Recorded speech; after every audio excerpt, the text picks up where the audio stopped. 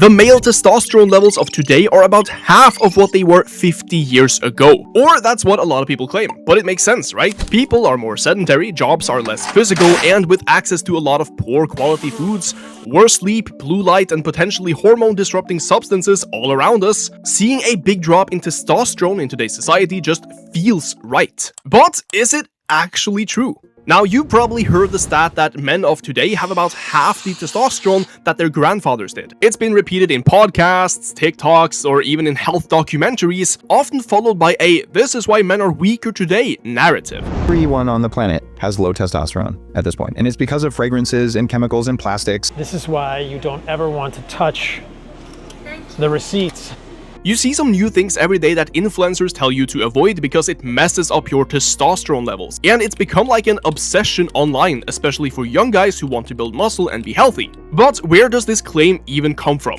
Well, most of it traces back to a few major studies, like the Massachusetts Male Aging Study, which tracked men from the 1980s to the early 2000s and saw an age-dependent decline in both free and total testosterone. So people had less testosterone as they got older, which is no surprise. Most men see a continuous decrease in T levels after age 40, but other studies, like one from Denmark, compared blood samples from men tested in the 1980s versus the 2000s and found lower total testosterone. And similar trends show up in US data from NHS, where younger men today test lower than those at the same age 20 or 30 years ago. So the data seems consistent. Testosterone levels have declined. But that doesn't mean we've necessarily become half men. You see, hormones are tricky. Testosterone itself can fluctuate hour by hour. It's usually highest in the morning and the lowest at night. Different labs use different methods to assess testosterone, and older methods weren't always as standardized. So when you compare blood samples from the 1980s to blood today, you're not always comparing apples to apples. More like you're comparing some weird apple from 50,000 years ago to modern apples. Some of the apparent drop might just be measurement drift, improved accuracy revealing that old numbers were a bit inflated. And even in the Danish data, once researchers corrected for SHBG, the protein that binds testosterone, free testosterone, which is the biologically active one, barely changed at all. So total T went down, but the testosterone that actually matters and makes you feel good and perform didn't drop at all. Still, it's not just about the lab work. There are actual reasons why testosterone could really be dropping. First, there's obesity. More fat means more aromatase, more conversion of testosterone to estrogen, and with obesity come many lifestyle-related diseases like diabetes, which also lowers SHBG, which carries testosterone in the bloodstream. There's also sleep. Men sleeping about 5 hours per night can see testosterone drop by 10 to 15%. Society has become very career-focused, and with the inclusion of phones to keep us up all night, testosterone in the general population might see an impact as well. If you listen to all the signs and symptoms, it includes probably the majority of men in the United States. Then there's medication. Antidepressants, opioids, and even some common painkillers can actually reduce testosterone, especially at high dosages. There's the famous endocrine disruptors. BPA and certain pesticides might nudge the system a bit downward. These chemicals to which we're exposed, there's literally many hundreds that are present in our everyday products, which leads to widespread, ubiquitous, general population exposure. Though this one is a bit more uncertain and we do need more research to actually confirm how much these things affect us at a practical scale, but the big ones still remain. There's physical activity, because most people today move far less than past generations, and strength training in particular has been shown to increase testosterone acutely, but also to a minor degree long term.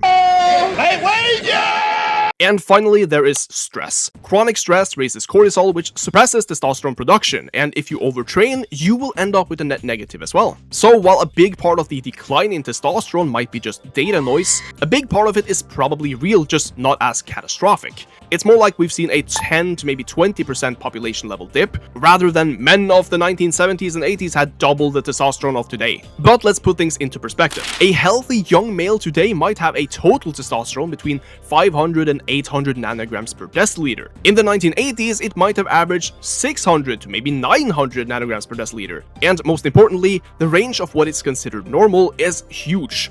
Like, one guy can feel really good at 400, while another guy can feel awful at 700. Context matters. Plus, there are more old people today, so if you look at the total population, it makes sense that testosterone would also go down on average. Old people are the greatest. They're full of wisdom and experience. though most people within the normal and healthy range are generally fine. In some cases, people just don't secrete enough testosterone to uphold basic functions, and that's when you should consult a medical professional. But many seem to confuse those symptoms for the effects of poor lifestyle habits, like how you feel tired and think it has to do with your testosterone, while overlooking the fact that your sleep and diet is crap. But what does this mean for muscle and performance? Because here's where people get a lot of things wrong. They assume that a small drop in testosterone within the normal range means we can't build muscle or lose fat as efficiently anymore. But research and practicality doesn't back that up. When you look at studies on resistance training, free testosterone within the normal range doesn't predict muscle hypertrophy. That is partially because the hypertrophic response is dependent on something called your androgen receptors, which are binding sites for testosterone within each muscle fiber, and the number and sensitivity of those receptors depend on the individual. It's very genetic. And it even differs between muscle groups, which is a part of why some people can take testosterone and blow up, while others barely change. So obsessing over your free testosterone, if it's within the normal range, is probably not going to matter as much as the basics of just training and nutrition. Your ability to build muscle isn't limited by whether your testosterone is 450 or 750, it's more limited by how you train, eat, and recover. The only time testosterone meaningfully adds muscle growth is when it's pharmacologically enhanced, like when you're on gear. That's why natural lifters who go from 400 to 600 nanograms per deciliter don't suddenly blow up, but if you inject enough to reach, say, 3000 nanograms per deciliter, then things start to change. So while testosterone is essential for baseline male function, once you're in that normal physiological range, more isn't always better. That myth is one of the biggest reasons why people obsess over TRT or testosterone boosters that barely move the needle. Like if you spend $60 on a supplement that boosts your total test by 20 to 30 nanograms per deciliter, that is not going to make any noticeable impact aside from the placebo. So, did people really have higher testosterone back in the day? Yes, total testosterone averages have declined somewhat since the 1980s for a lot of reasons, mostly how we assess testosterone. No, it's not all measurement error. Lifestyle and environment do play a role, and obesity might be the biggest contributor in Western countries. But free testosterone, the part that really matters the most, hasn't dropped that much on average. And for muscle and performance, those differences don't really matter unless you're deficient, aka you are below that recommended threshold and you start to experience symptoms. So if you're worried about your testosterone, the solution isn't nostalgia for real men from the 1950s. It's not like they did something we don't know about, or that smoking cigarettes or dressing like a mafia boss caused any higher testosterone production in men. What we can do is just the same boring stuff that we already know. Sleep 7 to 9 hours, lift heavy weights, stay lean but not starve, and don't be fat. Eat enough protein and micronutrients, and limit alcohol intake and chronic stress. You can't just overconsume different supplements to combat poor habits, but you also don't need to panic about some global testosterone apocalypse, because the actual drop we see in testosterone is probably more lifestyle related than anything. So no, men today aren't doomed to be in low-T oblivion.